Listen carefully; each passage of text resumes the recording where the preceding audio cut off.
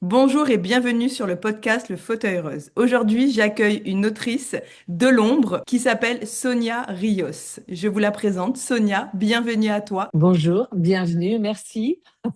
Merci pour ton accueil, Vanessa. Avec grand plaisir, Sonia. Sonia a écrit le livre que vous pouvez d'ailleurs voir ici ou alors derrière Sonia.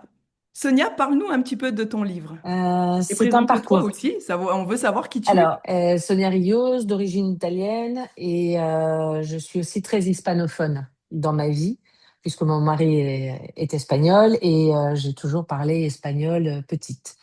Maintenant, ce parcours, c'est un parcours de vie qui au départ commence par des épreuves de la vie que tout le monde rencontre, des décès, une perte de mon travail.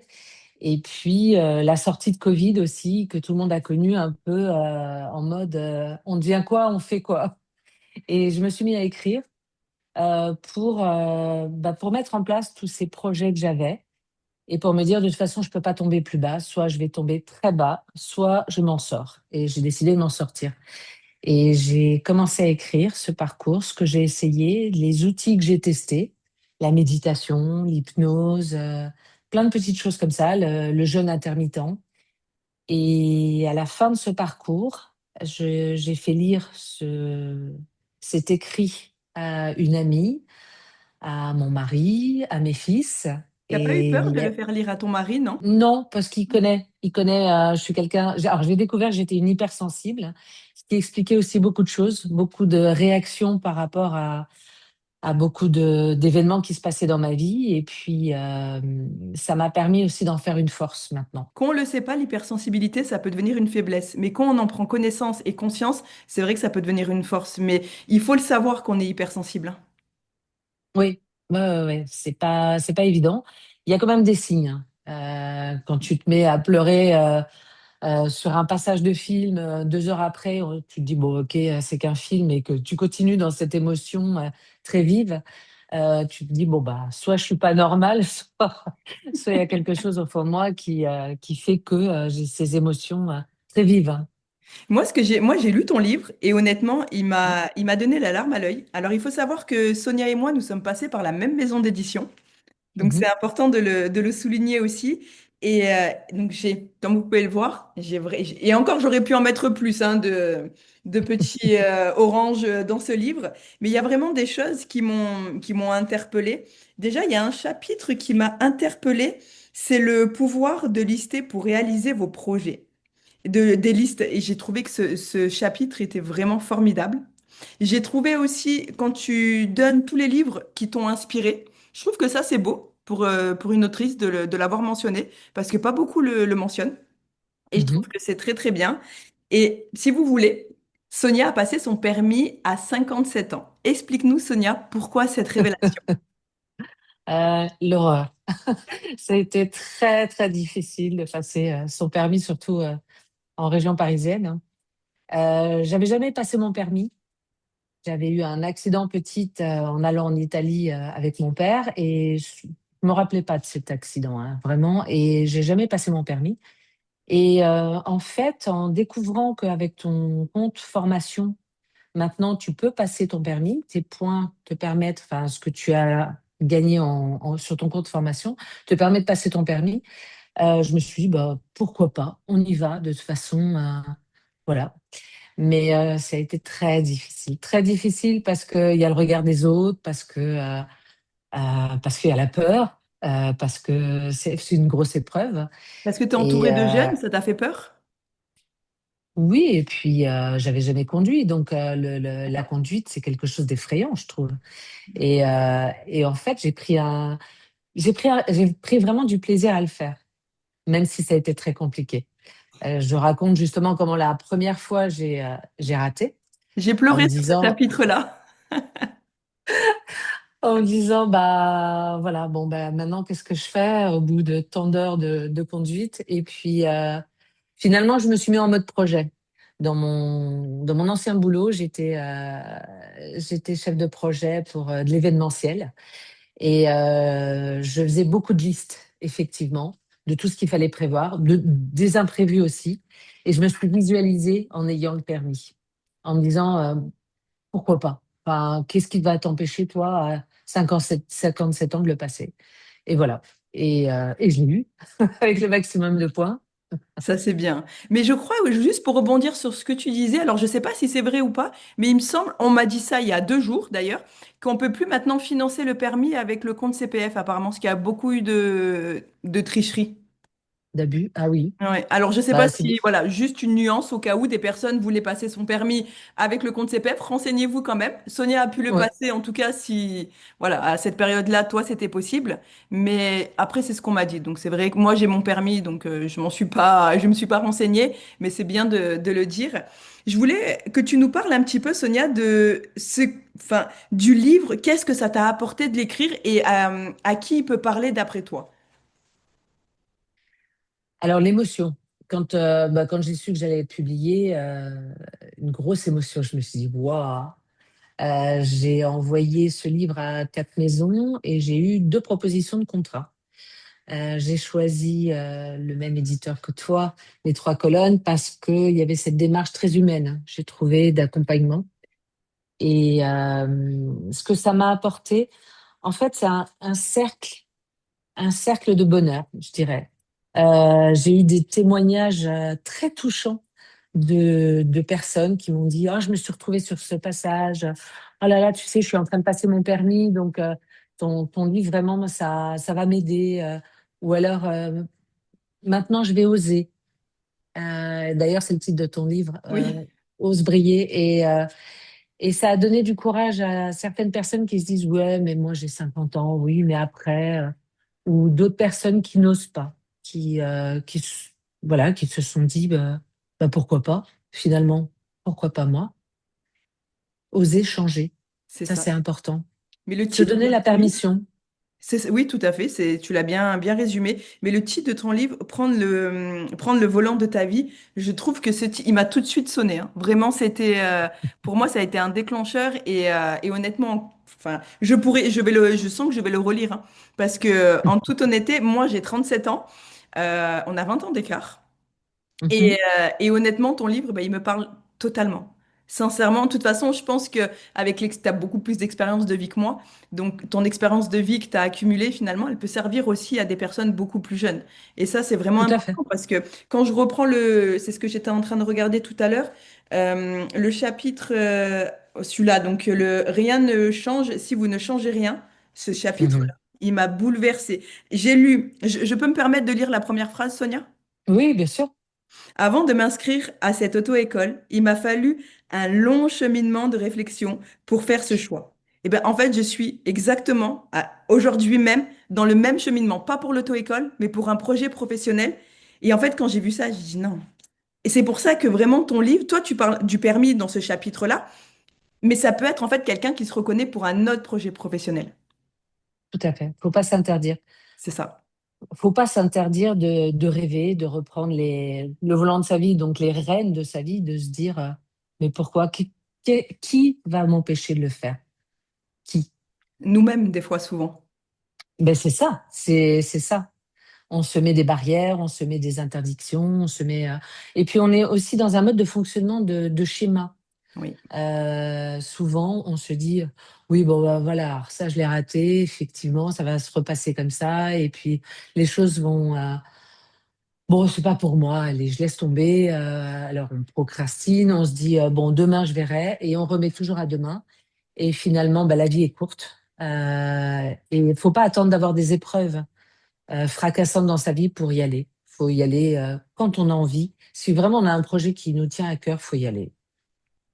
Je trouve que c'est vraiment beau ce que tu dis et je pense qu'il y a beaucoup de personnes qui pourront se reconnaître là-dedans. Mais ce que j'aimerais savoir, ce que toi tu penses, bien entendu, quand tu essayes, par exemple, de faire un projet, par exemple ton permis, tu l'aurais passé, donc tu l'as passé, mais tu l'aurais loupé. Est-ce que ça t'aurait mis un petit peu des barrières pour essayer de le repasser encore et encore? Alors, je l'ai loupé la première fois, je l'ai eu la Oui, deuxième fois. oui, oui, oui. La deuxième, enfin, après l'échec de ce permis, la première fois, je me suis dit, bon, hein, ok, maintenant on va s'y prendre autrement. Parce que il y a eu toutes ces émotions la première fois de cet échec. J'ai écouté les autres candidats qui passaient, j'ai eu peur pour eux. Donc, étant très émotive, je me suis mis dans un état d'émotion que j'avais pas au départ, parce qu'au départ, j'y suis allée, j'avais pas peur. Et tout d'un coup, je me suis retrouvée en mode panique, en me disant, oh là là, faut que je fasse attention à ça, oh là là, elle l'a peut-être pas eu. Et quand je l'ai passé, ben, déjà, j'étais dans un mode négatif. Donc, en fait, je l'ai raté à cause de ça. La deuxième fois, je me suis dit, bon, on va reprendre à zéro. Où est-ce que tu as pêché? Voilà enfin, les points où tu n'as pas réussi, le créneau, ceci, cela. Donc, ces 3 points-là, j'ai fait tout pour les rectifier. Et le deuxième point, le plus important, c'était l'émotion. Comment je vais gérer cette émotion? Comment je vais gérer ce stress? Et c'est là où avec l'hypnose, ou avec la méditation, ou avec la visualisation, je me suis chaque jour visualisée avant la deuxième fois du permis en train de réussir. Je me suis dit, bon, alors je vais être habillée comme ça, je vais être dans la voiture, il va me demander ça, ok, je fais comme ça, je vois le chemin, je me suis visualisée tranquille, y arrivant. Et c'est cette force, en fait, de capter mes émotions, de me dire, OK, après tu te gares, voilà, et puis il va te poser les fameuses questions à la fin. Donc tu les as apprises, il y en a 100. J'ai travaillé énormément sur ces questions, je les ai révisées. Et quand j'y suis allée, c'était hyper simple. Ça m'a même étonnée après. Je suis sortie de la voiture, je me suis dit, mais bien sûr que je l'ai, même si je n'avais pas la réponse tout de suite, tu vois. De se visualiser en train de réussir, ça, c'est quelque chose qui te donne une force incroyable. Et du coup, ce qui est bien, parce que tu peux en témoigner, parce qu'il y en a beaucoup qui pourraient dire c'est bullshit, c'est pas vrai, la visualisation, ça marche pas, c'est n'importe quoi, c'est quelque chose, c'est un truc de gourou. Mais non, c'est pas vrai. Donc, parce que là, tu es vraiment témoin que ça a marché pour toi, ça a fonctionné. Bien sûr, et sur d'autres projets aussi. Quand là, mon travail, quand j'ai repris un nouveau travail, je suis dans un secteur très, très spécifique qui s'adresse plutôt à des jeunes, hein. J'étais la seule de mon âge à être embauchée à ce moment-là. Et c'est vrai que bah, je me suis dit, j'ai les compétences transverses, je sais communiquer, je sais gérer un projet, mais tout s'apprend. Si on veut travailler, on y arrive. Il suffit de persévérance et de se dire pourquoi pas. Et j'ai décroché ce job. Mes fils étaient étonnés. Ils m'ont dit, waouh, mais non, c'est pas vrai. Je dis, bah si, oui, moi-même, je m'étonnais. Et finalement, c'est un cercle vertueux parce que petit à petit, bah, tu réussis ton permis. J'ai arrêté de fumer aussi. Alors que ça faisait des années que j'arrêtais de fumer. Et je me suis dit, bon, basta, on arrête ça. Il faut absolument que j'arrive à... Qu'est-ce qu'elle t'apporte? Et j'ai mis d'ailleurs tout un chapitre là-dessus, parce que c'est une fausse amie. Voilà, on se dit, ça crée une compagnie, ça crée une ambiance quand on est avec des amis. En sortant du restaurant, on se dit, oh, ben ça, c'est du bien-être. Mais c'est que bullshit, ça, vraiment. Et pourtant, ça faisait des années que j'avais arrêté de fumer. Et je me suis rendu compte qu'en fait, la cigarette, c'était une idée que j'avais de mon père, italien, qui fumait avec la classe, etc. Et c'était cette petite émotion qui me restait avec mon père. Et quand j'ai détruit cette émotion, quand je me suis rappelé mon père autrement qu'avec cette cigarette, ben, ça m'a donné encore plus de force d'arrêter. Je me suis dit, maintenant, je me rappelle de lui autrement. D'accord, c'est beau ce que tu Et viens de dire. voilà. Et c'est vrai que tout ce parcours, en fait, voilà, changer de boulot, trouver de nouveaux amis, passer le permis, rentrer dans un secteur dont je connaissais absolument rien, en me disant, mais j'ai ces compétences transverses, pourquoi pas? Et bien sûr, après, j'ai beaucoup travaillé, j'ai fait des On n'a rien sans formations, rien, hein. Exactement, on n'a rien sans rien. Voilà. Voilà, exactement, tu as raison. La visualisation, c'est bien que tu le dises parce que la visualisation, c'est bien, c'est pour en fait nous rassurer et voir que ça va, que ça peut fonctionner. Si on le visualise, c'est que ça peut fonctionner. Mais après, voilà, en amont, il faut pas oublier aussi que si non, tu restes tous les jours dans ton canapé à regarder Netflix, il n'y a pas grand-chose qui va se passer de toute façon. Exactement, ouais. Mais du Et j'ai coup, été à bonne école oui. aussi. J'ai fait de la danse classique, où Oui. c'est très, très dur. Bon, ça, tu connais, toi, l'effort physique. C'est une école très rude, où on n'a rien, sans rien. Et c'est vrai que j'ai passé 2 fois le concours pour rentrer à l'Opéra de Paris, mais je l'ai raté. Bon, j'étais petite, mais j'étais bonne et pas excellente. et c'est l'excellence, cette école-là. Et c'est vrai qu'on n'a rien sans rien, encore plus là. Oui, tout à fait, tout à fait. Est-ce que tu aurais le projet d'écrire un deuxième livre ou pour l'instant pas du tout? Il y en a deux autres qui sont en marche. Bah, rien à voir avec le développement personnel. D'accord. Euh, il y en a un, c'est un roman sur l'immigration italienne, c'est une histoire d'amour et sur fond de mafia. Donc ça, ça fait longtemps que je l'ai commencé celui-là. Et ce premier livre, justement, c'est ce que je disais tout à l'heure, le cercle vertueux, m'a donné envie maintenant de continuer ce deuxième. Et le troisième, enfin, j'ai une idée, je voudrais écrire des petites histoires de personnes peut-être inconnues qui ont vécu beaucoup d'émotions à travers cette petite histoire. Que Tu ce soit une voudrais, histoire familiale, que ce soit une histoire de rencontre, que ce soit mais une tu histoire de voudrais prendre voyage. des témoignages de personnes anonymes? Tout à fait, tout à D'accord. fait. Ah, moi, si tu veux, je peux te servir de cobaye dessus. Ça sera bien Eh ben, écoute, volontiers. c'est noté.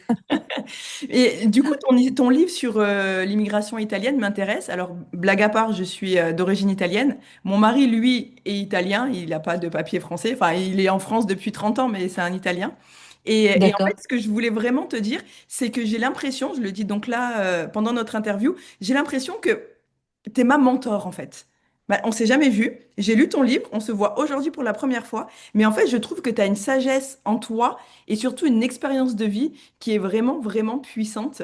Et honnêtement, si vous cherchez un livre développement personnel qui n'est pas perché, parce qu'on en entend beaucoup sur le dev perso, pourtant j'ai écrit un livre aussi sur le dev perso.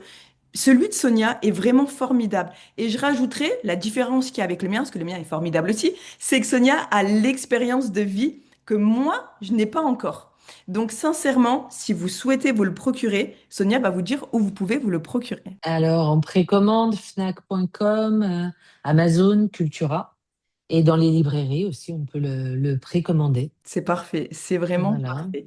J'ai vu Merci dans... beaucoup. Mais je t'en prie, avec plaisir. Honnêtement, tu le mérites vraiment. Je vous assure que son livre, il est formidable. Et c'est vrai, Alors attends, parce que j'ai tellement mis de points. Alors, ce que j'ai bien aimé, c'est que tu as partagé tes valeurs. Ah, ça, Ça, c'était c'est très formidable. important. Ah oui. Alors, c'est très important pour une Italienne, Oui, je te mais confirme. c'est très important aussi de se rattacher à quelque chose. C'est ce qui, enfin, se rattacher à ses valeurs, c'est se rattacher à son identité. Mhm. Et ça, je m'en étais pas rendu compte jusqu'à présent. Et quand tu transmets à tes enfants ces valeurs-là, c'est encore plus important. Parce que des fois, tu te dis, oui, bon, ils feront leur chemin, etc. Alors, bien sûr, ils feront d'autres échecs, ils auront des épreuves, mais de se dire que tu leur as transmis l'essentiel dans la vie, c'est ces valeurs d'amour, d'amitié, de respect, et qu'eux-mêmes vont trouver d'autres valeurs dans leur chemin de vie, je trouve que c'est le plus important. C'est le plus beau témoignage que tu puisses laisser à tes enfants et dans la vie en général, oui. Donc, les valeurs, Oui, et en fait, les valeurs que toi, tu as marquées dans ton livre, c'est les valeurs que tu as enseignées à tes enfants. oui, ouais, ouais. Pour moi, c'est l'essentiel, c'est l'essence de la vie, les Oui. valeurs, ces valeurs. Et d'ailleurs, ils en parlent beaucoup en ce moment sur l'ikigai, ce sens japonais, de cette culture japonaise où ils disent trouver un sens à la vie. Mhm. Et je pense que ça passe d'abord par ces valeurs-là. Je suis d'accord. Je suis entièrement d'accord. Je pense aussi que les valeurs, comme je pense que, il me semble que tu l'as dit, c'est en fait c'est se connaître soi-même aussi. Parce que si tu n'as Oui, pas de base sur tes valeurs, finalement, déjà tu peux pas te respecter et tu ne peux pas te faire respecter. Et tu es qui si sans valeur? Je pense qu'on a une perte d'identité. complètement, ouais. Et puis, tu vois, par exemple, ces mêmes valeurs, si par exemple, moi, je pourrais pas faire quelque chose où il y a de la souffrance animale. Je pourrais pas travailler dans un laboratoire où il y a eu de la souffrance animale. Ça, pour moi, c'est quelque chose de très important. Et ces valeurs-là, c'est dans ta vie privée, mais c'est dans ta vie professionnelle aussi. Si tu aimes partager, si tu aimes les autres, si tu aimes l'humain, bah, travailler dans un secteur qui va à l'opposé, c'est ne pas te respecter quelque part aussi. Donc, ces valeurs-là, c'est oui, c'est ton parcours de vie. Je trouve que c'est essentiel. Mais en plus, je te rejoins tout à fait. Et puis surtout, il y en a qui travaillent au contact de clients toute la journée et ils sont pas du tout faits pour ça. Je Oui, tiens aussi à le signaler. mais oui, clairement. Et c'est vrai que quand, bah, au départ, quand je me suis retrouvée donc au chômage, hein, quand j'ai été licenciée, je me suis dit, OK, je vais faire quoi? Je vais vers quoi? Alors, c'est vrai que souvent, les gens n'ont pas d'idée, et moi, j'en avais pas non plus. J'ai commencé par faire une liste, justement, de ce que je voulais plus. Je me suis dit, je veux plus travailler 70 heures par jour. Je veux pas travailler de nuit parce que quand tu montes des projets, des salons à l'étranger ou des rencontres, etc., voilà, t'es amené à travailler la nuit sur des périodes de montage, etc. Je dis, non, je veux plus. Donc, j'ai commencé à faire une liste de tout ce que je voulais plus. Et donc, par déduction, je me suis dit, bon, bah, j'accepterai plus d'aller à l'étranger, sauf pour des voyages personnels, par exemple. Donc l'événementiel, bon, on va éviter, ou peut-être certains métiers.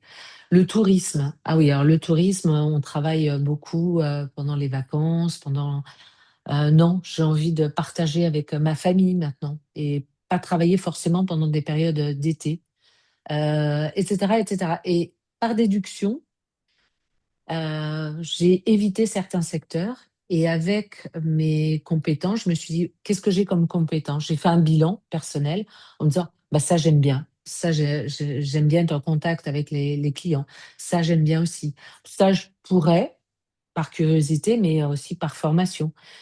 Et je me suis rendu compte que finalement les compétences que j'avais acquises me permettaient de faire beaucoup d'autres métiers et dans n'importe quel secteur finalement. C'est bien ce que tu dis et surtout, encore une fois, tu es un exemple de vie qu'en fait, à 57 ans, la vie, elle s'arrête pas.